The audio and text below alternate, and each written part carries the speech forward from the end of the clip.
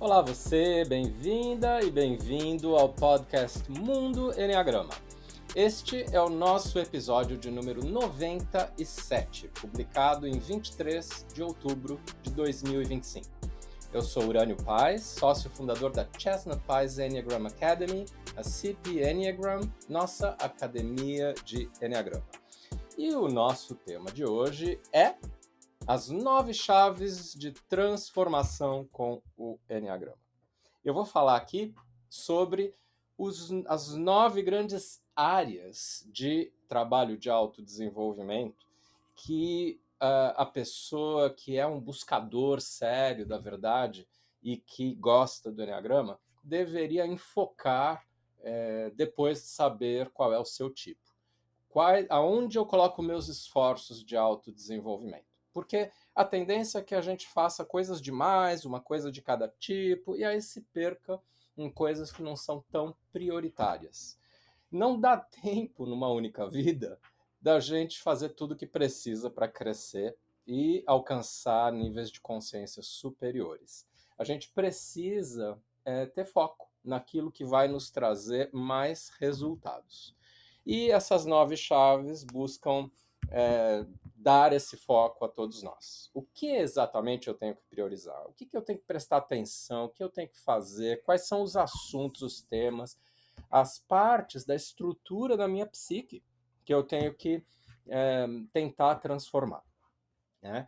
Eu vou, antes de falar das 9 chaves, contar para vocês uma história sobre como surgiram essas 9 chaves. Já não é a primeira versão delas, né? Já tem algum tempo que eu trabalho com isso. Eu imagino que há uns 7 anos atrás, mais ou menos, talvez 8, eu fui convidado, na verdade, pela Helen Palmer, para fazer uma apresentação específica num congresso de Enneagrama na China, na cidade de Guangzhou. E era um congresso no qual eles queriam ouvir um pouco uma resposta à pergunta: agora que eu sei o meu tipo do Enneagrama, o que eu faço? Né? Eu fui convidado a criar uma apresentação para essa palestra. E muita gente no congresso, como tudo na China, e a devolutiva foi muito boa daquilo que eu fiz. E eu chamei isso de as 9 chaves da transformação. E inicialmente eu tive toda uma arrogância, né, de pensar assim, entendo, né, que foi até o briefing que eu recebi de algumas pessoas, que os alunos chineses ainda estão começando no processo de autodesenvolvimento, então eu tenho que falar um beabá, assim, de quais são as coisas que a gente deve priorizar, enfocar, né, depois de descobrir o tipo. Então eu criei as 9 chaves. Quando eu fui criando essas 9 chaves, eu comecei a olhar, nossa, isso é para todos nós. E quando eu cheguei na China e vi a qualidade dos alunos chineses de Enneagrama e dos profissionais chineses também, eu falei, né, que arrogância minha achar que isso era para eles e não para mim, não para os nossos alunos de todas as outras partes do planeta. Então, eu fiz um esforço nessas 9 chaves de reduzir tudo aquilo que a gente fala que é interessante no trabalho de autodesenvolvimento a 9 coisas que são de fato as mais fundamentais. E ensinei algumas vezes cursos posteriormente sobre isso na China, em outros lugares, fiz algumas apresentações disso em outros congressos internacionais. E a questão de um ano, nós adaptamos o nosso retiro, que se chama o retiro psicológico, do Enneagrama psicológico, para utilizar 9 chaves de desenvolvimento. A gente reviu o que eram as 9 chaves anteriores, numa versão 2.0 delas, e passamos a adotar essa nomenclatura e essa abordagem de 9 chaves nesse retiro, que a partir de agora vai ser o nosso retiro de entrada, né, na maior parte dos casos. Né? Os alunos que quiserem começar o programa de maestria pessoal passarão aí por esse retiro, embora possam começar por um outro retiro também. Então a gente adaptou as 9 chaves e hoje a gente as ensina nesse retiro psicológico. Anteriormente a gente tinha desafios de autodesenvolvimento nesse retiro, e agora são as 9 chaves, né, remodeladas, revistas e agora bem embasadas em toda a teoria que a gente preconiza e que você tem aprendido aqui no podcast Mundo Enneagrama. Então, dito isso, eu vou aqui falar para vocês quais são essas 9 chaves. Obviamente, eu vou ter uma explicação muito curtinha sobre elas, né? Aqui no tempo em que a gente tem disponível no nosso podcast. Saibam que os alunos da CP Online, os membros, né, que têm acesso aos webinars que nós fazemos, têm materiais mais profundos, e quem vem nos retiros faz o trabalho em loco de desenvolvimento dessas coisas, demonstrações, experiências, né? Os retiros são muito experienciais, intensos e permitem que as pessoas vivenciem a mudança e aprendam muito umas com as outras, com elas próprias. Então, considere aí, se você realmente leva a sério isso tudo, um dia participar de um dos nossos retiros. Muito bem. Então, qual é a primeira chave? A primeira chave é: faça um autodiagnóstico constante de onde você está nos níveis de consciência do Enneagrama. Isso tem a ver com o nosso modelo de níveis de consciência, que nós temos divulgado em todos os cursos que fazemos praticamente, e que é um modelo que nós já explicamos aqui no podcast. Nós tivemos 5 episódios sobre isso, se eu não me engano, no final do ano de 2024, e esses episódios falaram sobre os níveis de consciência. Esse é um modelo da CP que nós desenvolvemos com muito carinho, depois de muitos anos de estudos, sobre níveis de consciência em geral, para todos nós, e especificamente também para as pessoas de cada tipo do Enneagrama. Então, o que essa chave número 1 está dizendo? Que a gente tem que fazer o autodiagnóstico do nosso nível de consciência atual, né? Como assim? É um autodiagnóstico de onde nós estamos nesses níveis de consciência. A gente está no nível 1, prioritariamente, a gente está no nível 2, né? Aonde que nós nos encontramos? Mas, na verdade, não é tão simples assim. A gente tem que responder várias perguntas, né?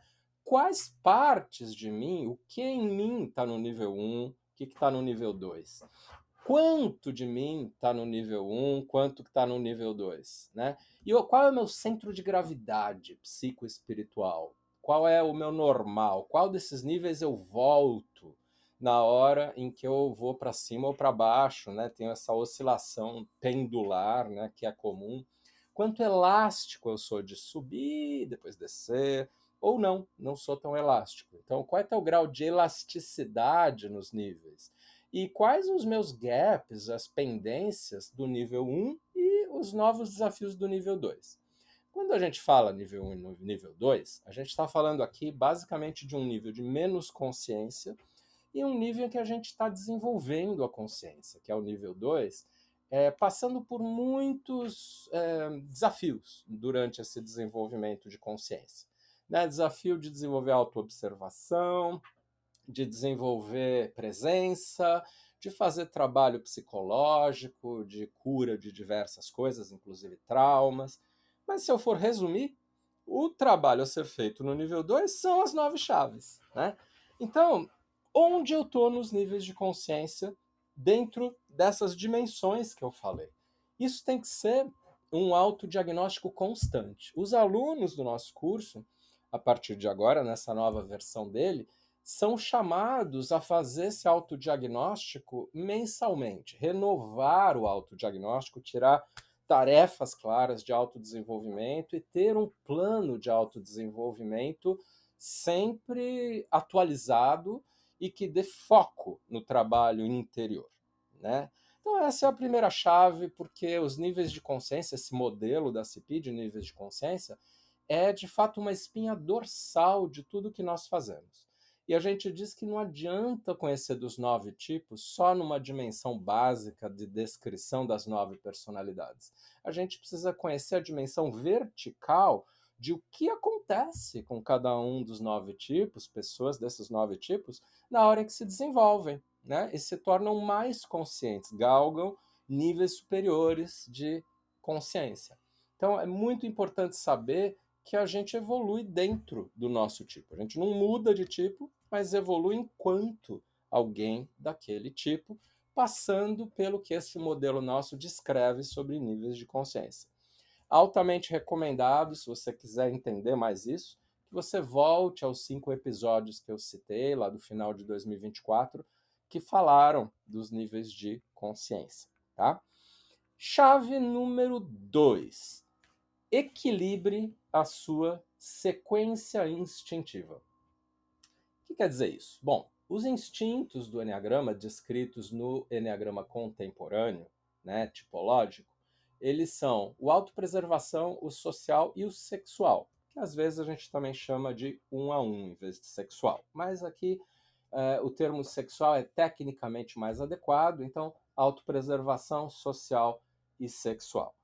E nós temos uma sequência nisso, né? Também tivemos lá no passado um episódio que falou muito bem dessas sequências instintivas, tá? Volte ao passado para rever isso se quiser.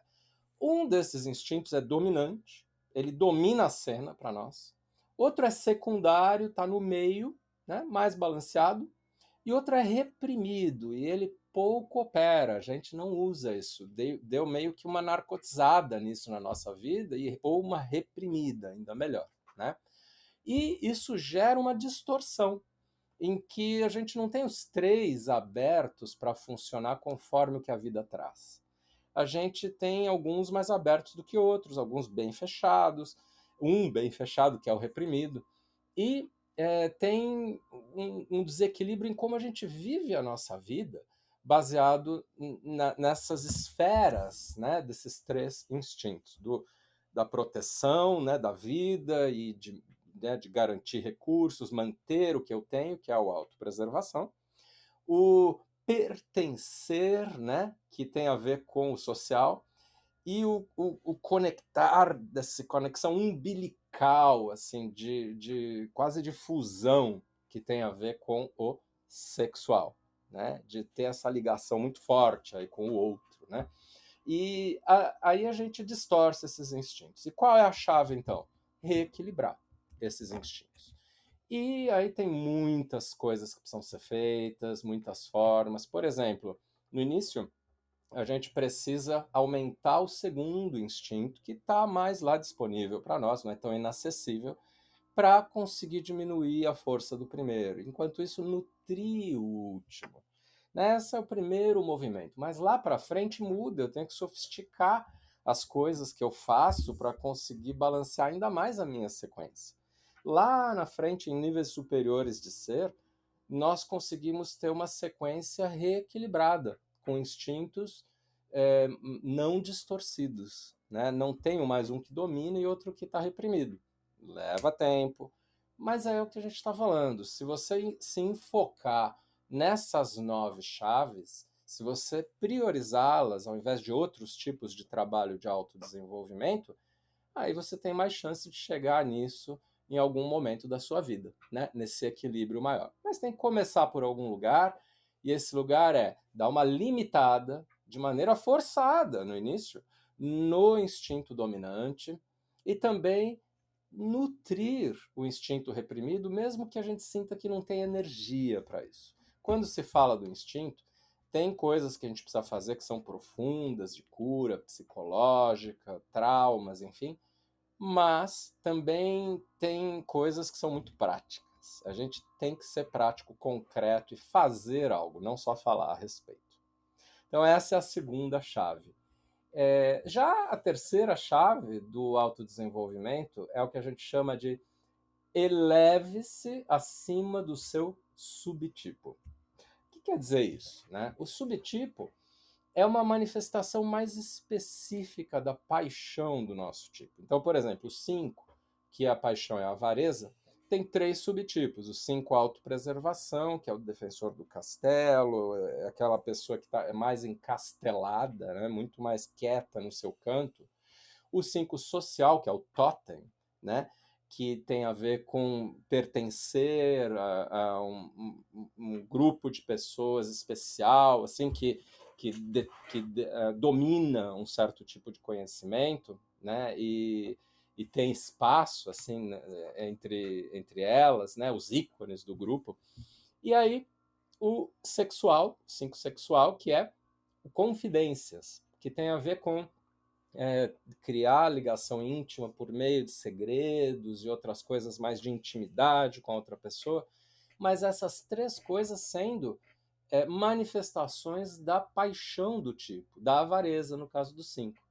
Né? E aí as paixões dos outros tipos, luxúria do 8, preguiça do 9, a ira do 1, o orgulho do 2, o auto-engano do 3, a inveja do 4, a avareza do 5, medo do 6 e a gula do 7. A gente tem aqui, de novo, episódios que falam muito bem das paixões e também episódios dos subtipos.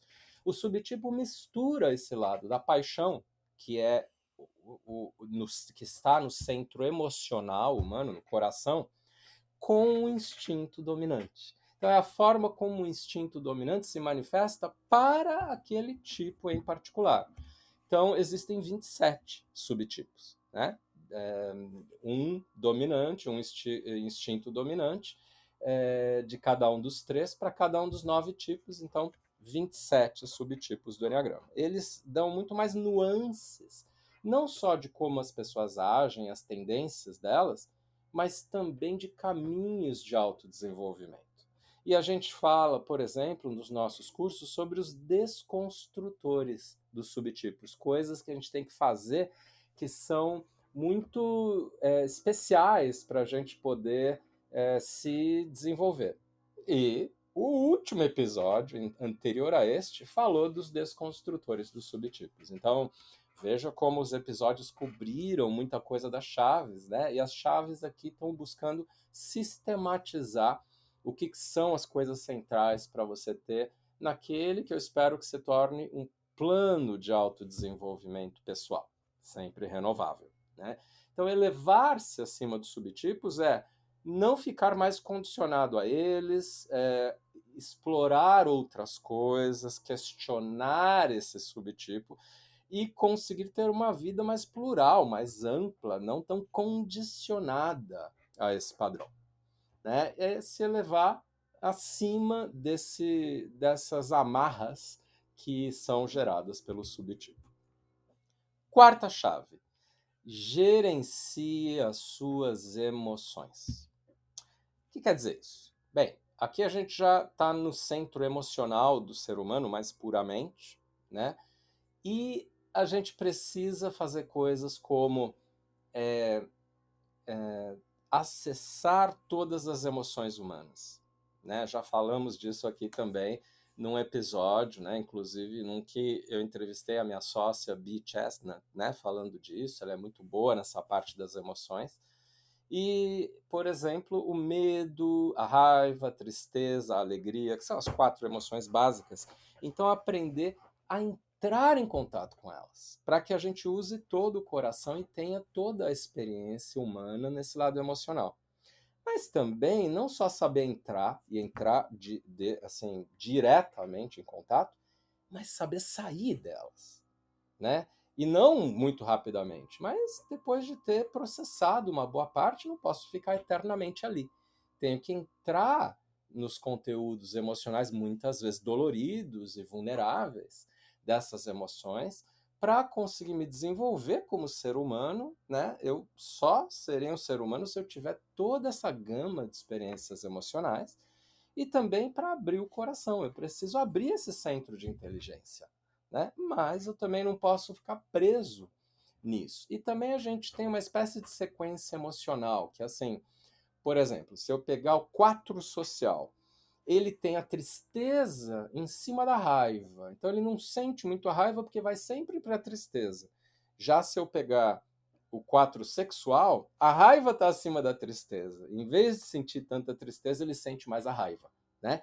Então eu tenho que conseguir vencer essa sequência que inibe algumas das emoções e conseguir sentir todas elas, né? Então, qual emoção eu sinto mais, qual eu sinto menos? Eu tenho que aprender a entrar e depois sair em contato com essas emoções humanas todas. E aí aprender coisas como eu tenho que sentir mais nada, não ir fazer algo a respeito. Eu preciso saber ficar em contato com isso. E outra coisa de gerenciar, né, as emoções tem a ver com entender o meu padrão de reatividade emocional. Existe um específico para cada tipo do Enneagrama, e nós aqui também já falamos sobre isso aqui no nosso podcast, e talvez voltemos a falar ainda mais em específico sobre isso no futuro. Mas todos nós temos um padrão de reatividade conforme o nosso tipo, subtipo, e aí algumas vezes também um padrão mais individual de reatividade, que vem de histórias mais pessoais. E tem também os gatilhos, aquelas coisas que nos levam a reagir, os irritadores mais frequentes. Eu tenho que conhecer os irritadores, conhecer o meu padrão de reagir, né? E conseguir aos poucos não reagir.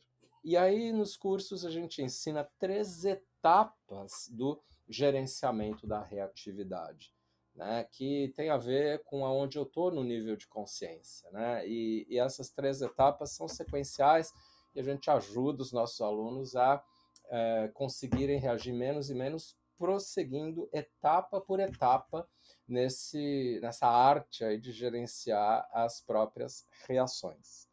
E essas são duas de várias coisas que têm a ver com essa chave número 4, que é de gerenciar as emoções. Algo absolutamente fundamental na caminhada de autodesenvolvimento. Não dá para fazer autodesenvolvimento sem mexer com o nosso coração.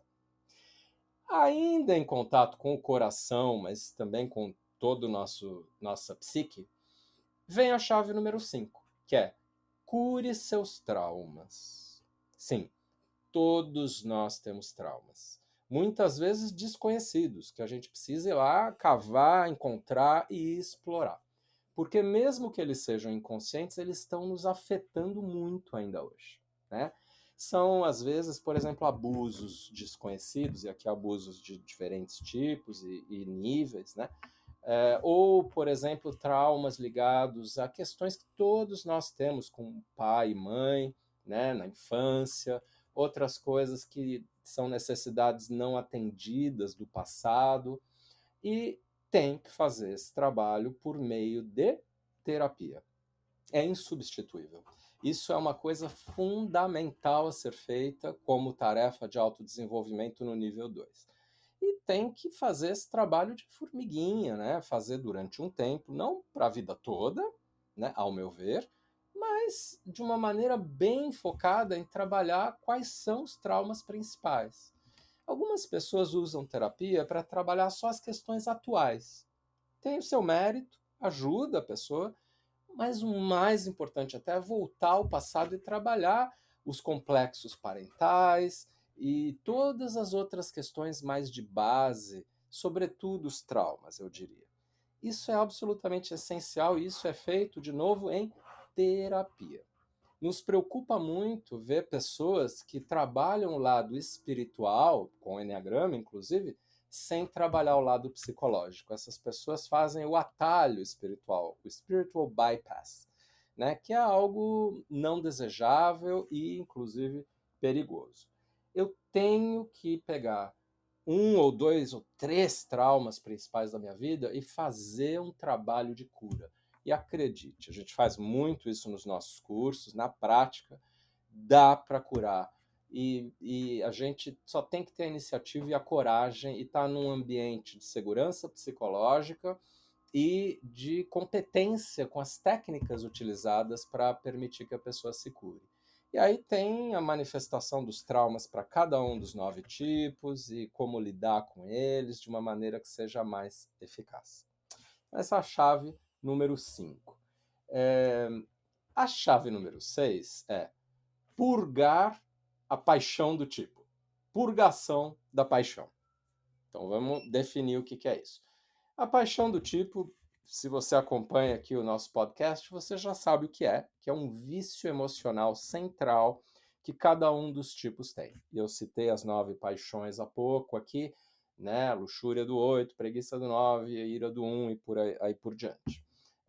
Essa paixão toma conta do espaço do nosso coração conforme o seu tipo no enneagrama.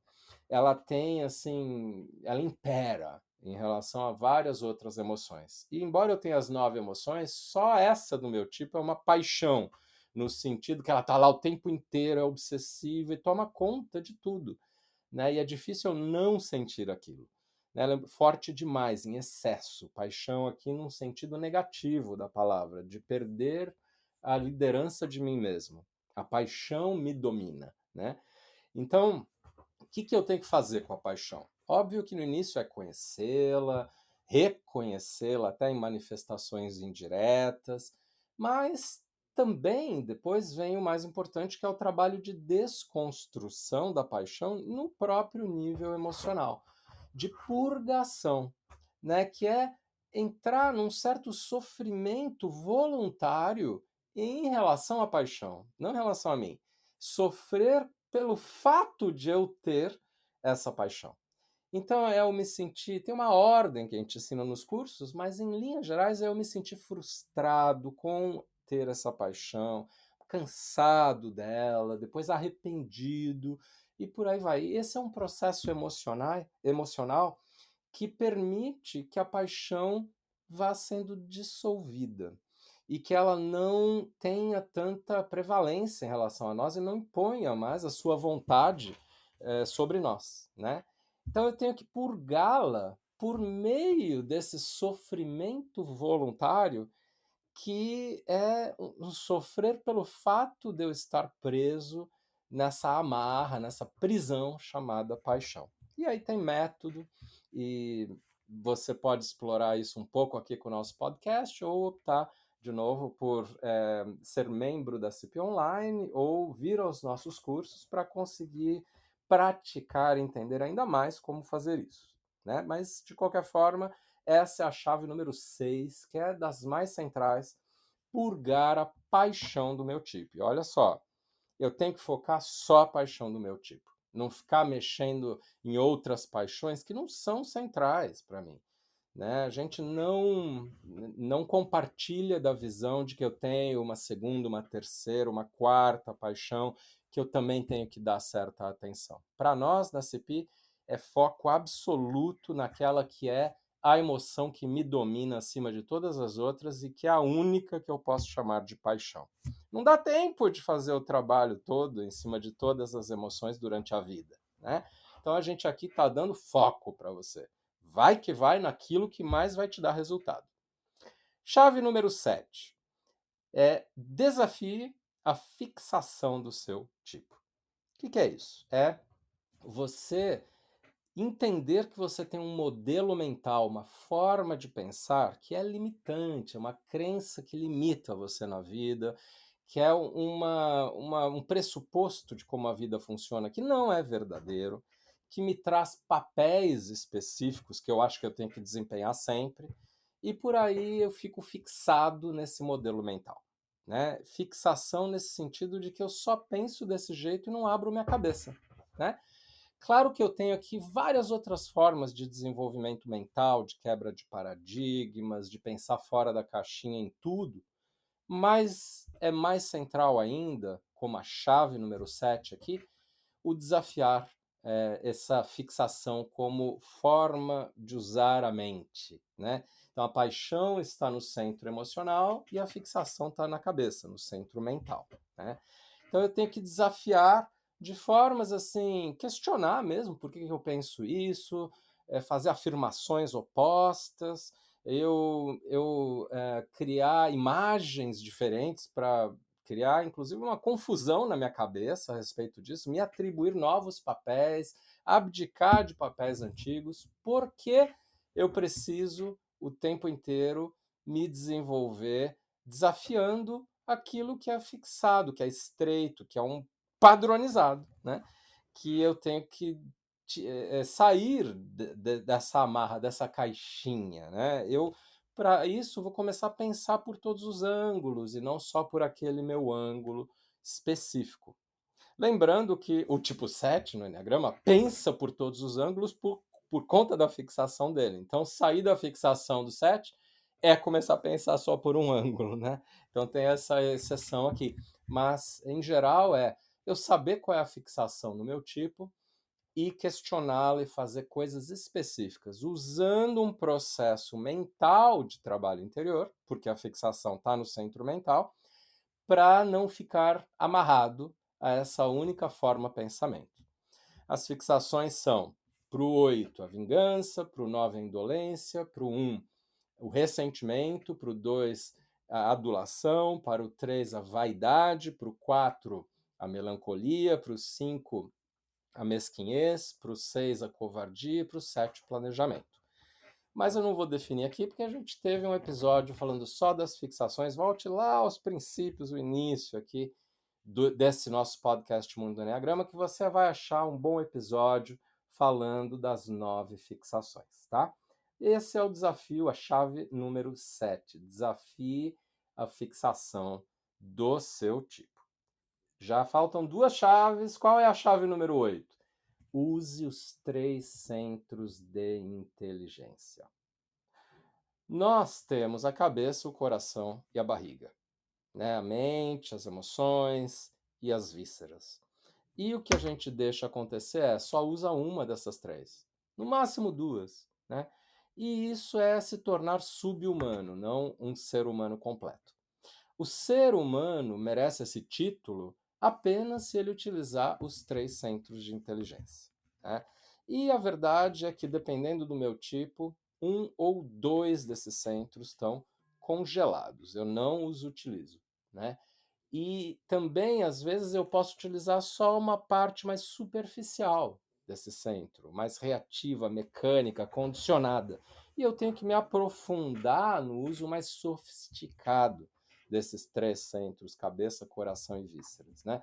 E aí tem estudos muito mais sofisticados, sobretudo originados aí por Gurdjieff, o maior dos pioneiros do Enneagrama, né, mais ou menos há 100 anos atrás, e ele descreve com muita perfeição o trabalho a ser feito. A gente procura fazer esse trabalho também nos nossos retiros, ajuda as pessoas a integrarem os 3 centros de inteligência, e tem muito material lá na CP Online, né, na nossa plataforma de conteúdos para os nossos membros, falando disso. A gente teve episódios aqui também no podcast Mundo Enneagrama, falando dos 3 centros de inteligência, e aí quando fizemos as baterias de entrevistas com pessoas, né, falando daquela pessoa no caminho de autodesenvolvimento ou nos relacionamentos, nós procuramos ouvir uma pessoa de cada uma das tríades, né? Tipo instintivo, tipo emocional, tipo mental. Então, aí tem materiais para vocês começarem esse estudo sobre os centros de inteligência já aqui no nosso podcast, né? O fato é que os 5, 6 e o 7 são mentais e aí pensam sobre as emoções e sobre as sensações. E isso não é ter emoções e ter sensações, né? Os tipos instintivos, 8, 9 e 1, eles são instintivos e eles saem fazendo sem muito pensar, e aí quando começam a sentir, eles querem fazer algo a respeito, ou seja, estão também afastando esse centro de inteligência emocional e mental. E os emocionais acham que estão pensando, mas estão com o coração lá distorcendo os pensamentos.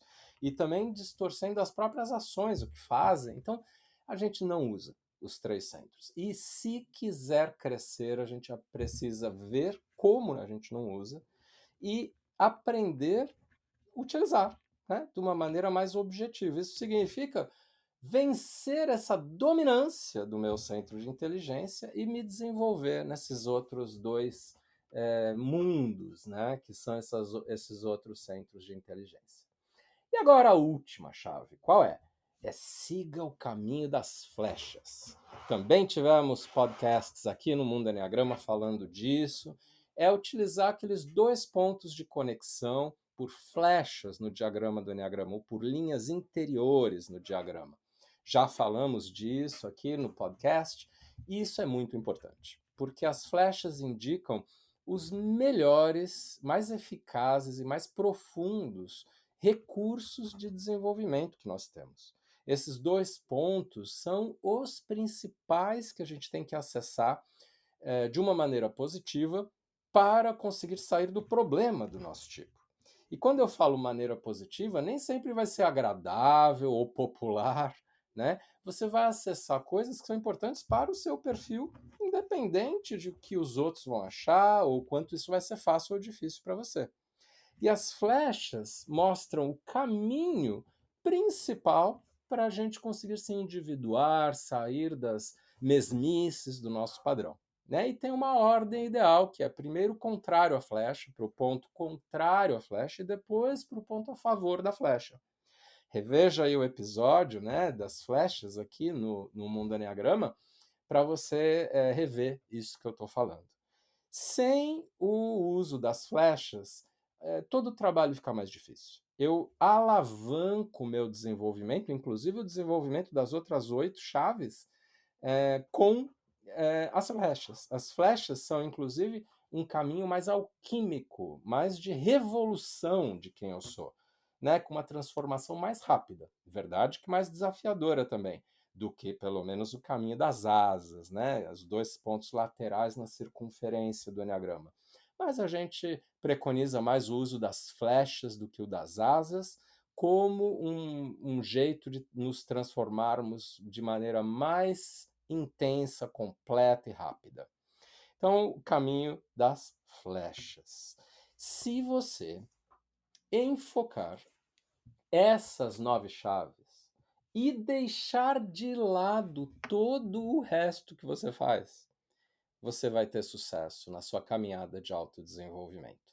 Vai acelerá-la, vai fazer o que mais vai gerar resultados para você, vai deixar de investir tempo, energia e paciência em outras coisas de desenvolvimento que talvez não te tragam os maiores resultados. Espero que vocês tenham gostado aqui desse foco nosso nas 9 chaves de desenvolvimento. Eu agradeço a você pelo seu prestígio ao podcast Mundo Enneagrama. Nos ajuda muito se você deixar 5 estrelas aí na avaliação do podcast. E isso faz o podcast se expandir para mais pessoas. Um obrigado ainda mais especial para os membros da CP Online, que é a nossa plataforma de conteúdos. Olha lá as condições para você se tornar membro dela, é uma anuidade, vale muito a pena. Também o meu obrigado aos alunos da CP, que fazem os nossos cursos, tanto online como presenciais. E nós estaremos no Brasil em abril. Já se programe aí se quiser fazer um dos nossos cursos presenciais em abril. E o Mundo Enneagrama, sempre aqui disponível a você como podcast quinzenal, para quem quer se conhecer a sério e se desenvolver de verdade. Muito obrigado a você que nos acompanha e até o próximo episódio do nosso Mundo Enneagrama.